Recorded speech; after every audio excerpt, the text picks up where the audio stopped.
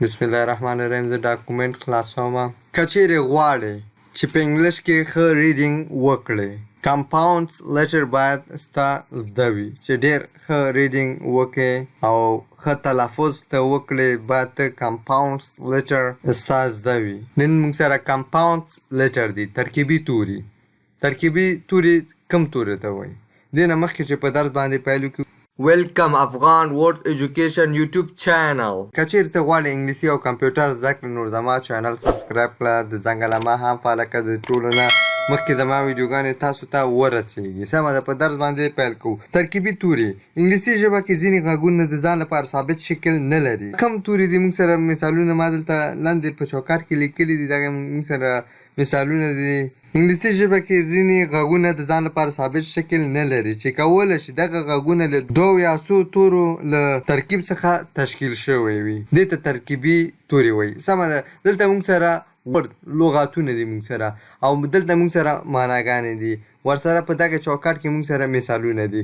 اول کې موږ راځو سی ایچ موږ سره د چ اواز ورکوي، د چ اواز ورکوي، کاپ اواز ورکوي او د شین اواز ورکوي. دې کې 3 حروفونه دي موږ سره او 3 مثالونه ما ورکړي دي. په اول کې موږ راځو چیر موږ سره د چ اواز ورکوي، یعنی چوکۍ. دوم موږ سره کوم مثال دی؟ سکول کې موږ سره اوس دا د کاپ اواز ورکوي. دا سی ایچ دی موږ سره د کاپ اواز ورکوي. وګوره دا 3 علامې چې ما کومې ورکړي دي، دلته مثبت متوجه اوسه. 3 علامې چې دلته ته ګورې، دا یعنی زموږ همدغه لغاتونه دي. او دلته چې دی موږ سره دا سی ایچ چې شي اواز موږ سره دلته ورکوي، دلته د شین اواز ورکوي.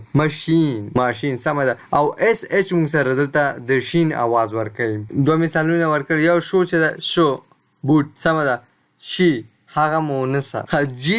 جی ایچ ته راځو. جی ایچ چې دی موږ سره د غین اواز ورکوي.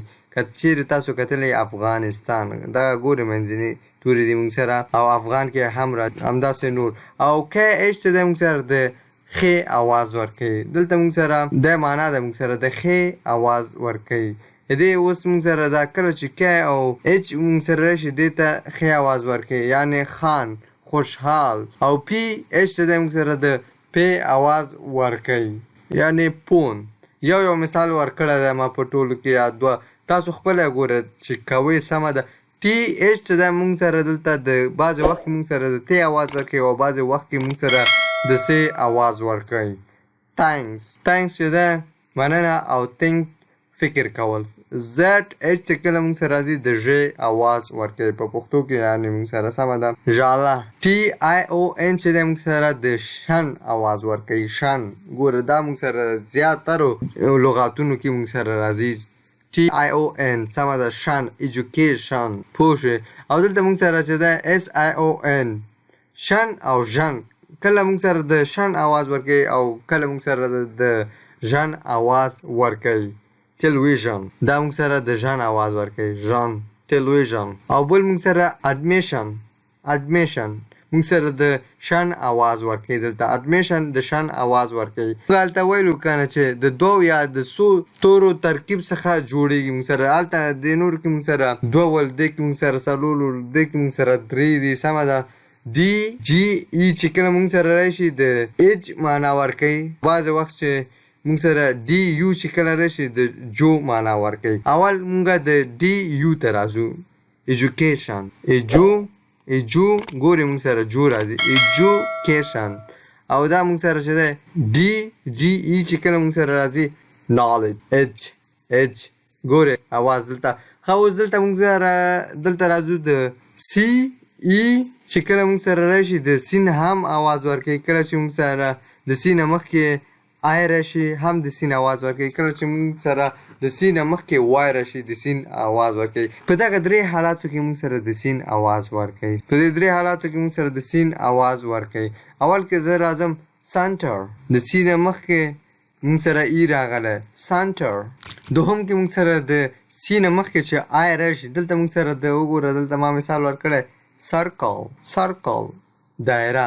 او سین نه مخکې چې وای راشي، موږ سره بایسیکل سمه ده. او دلته موږ سره وګوره دا د 5 تورو څخه جوړ شوی. شن. کله چې وګوره دلته موږ سره وګوره انشنت پخوانی موږ سره لرغونه.